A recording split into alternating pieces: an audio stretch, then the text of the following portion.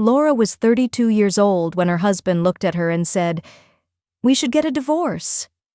She was sitting in the living room, one hand resting on her heavy belly, the other gripping the edge of the sofa. The baby inside her shifted gently, unaware that the world it was about to enter was already changing. Mark's voice was calm, almost casual, as if he were suggesting they repaint the walls or move the furniture. For a brief second, Laura didn't understand the meaning of his words. She searched his face for guilt, for hesitation, for anything that suggested this was difficult for him.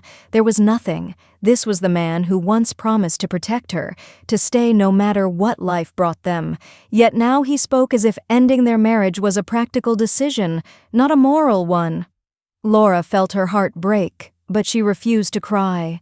Something inside her went quiet, clear.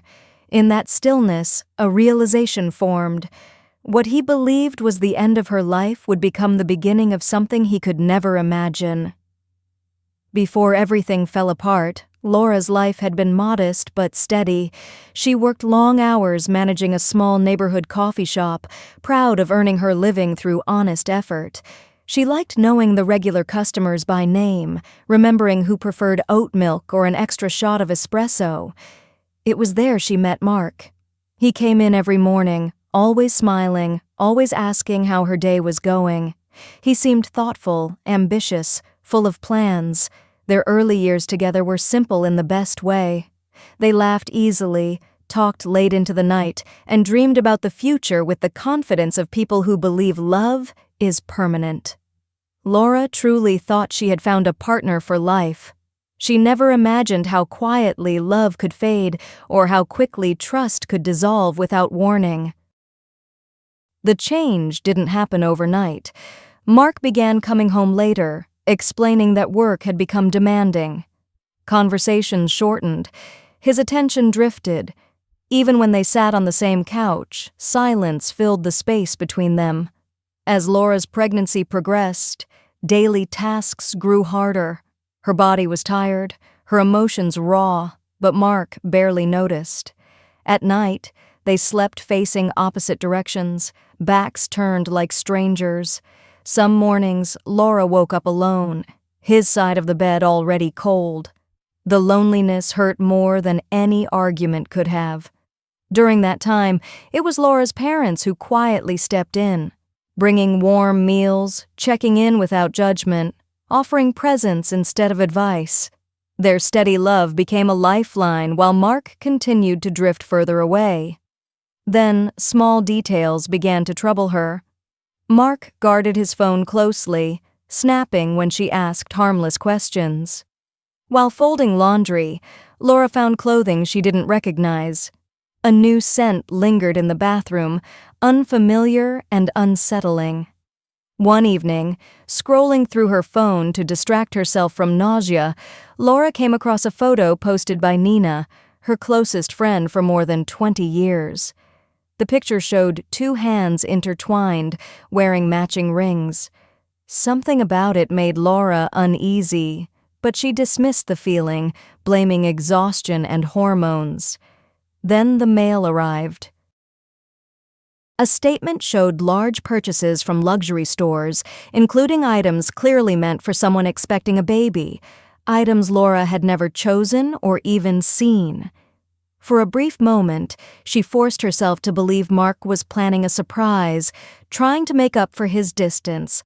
That fragile hope didn't last. Days later, another envelope arrived, heavier and far more serious. Inside was a formal notice demanding repayment of a massive loan that had already fallen behind. Laura's hands trembled as she read it again and again, struggling to understand how things had gone so wrong. When she called Mark, he didn't answer. Hours later, his replies were short and dismissive.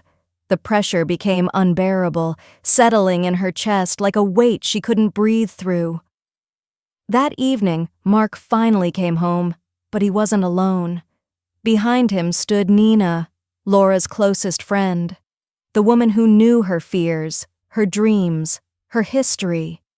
Nina looked calm, confident, almost entitled, as if she belonged there.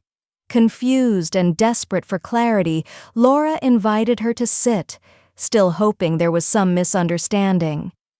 Mark didn't waste time. He said he was in love with Nina and wanted a divorce.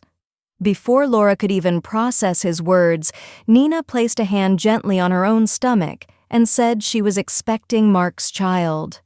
The room spun. Laura felt as if the floor had disappeared beneath her feet.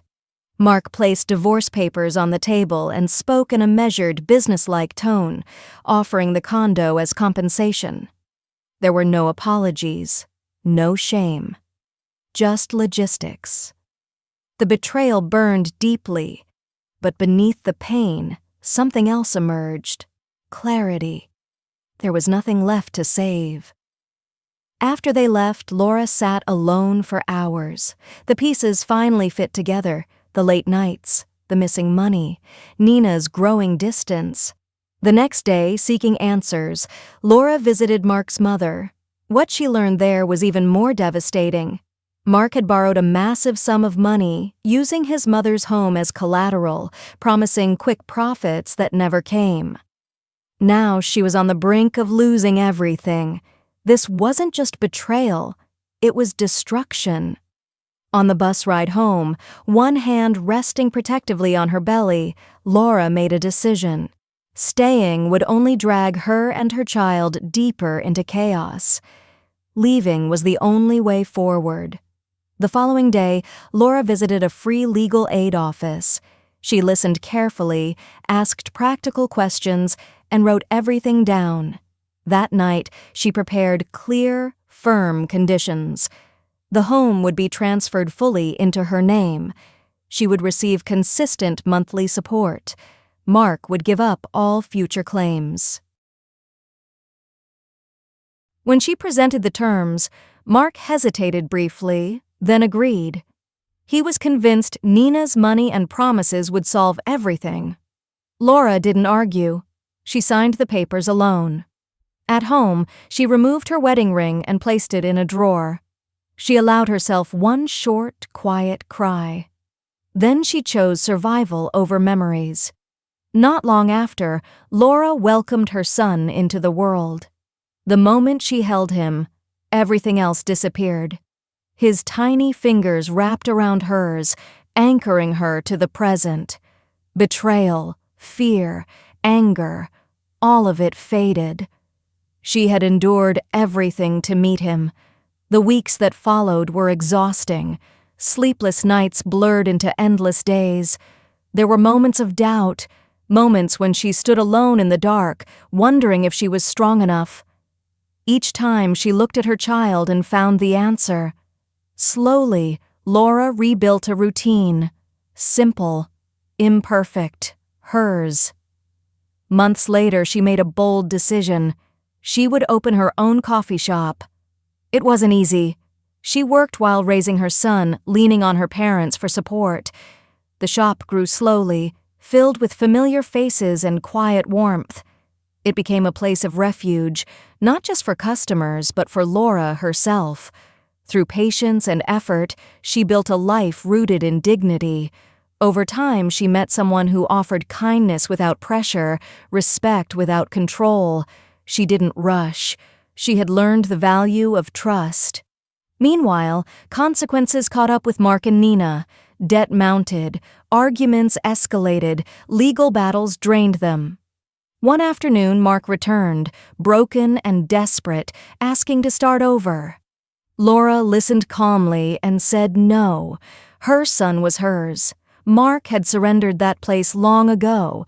Standing in her coffee shop, watching her child laugh, Laura understood the truth. Life doesn't end when it collapses.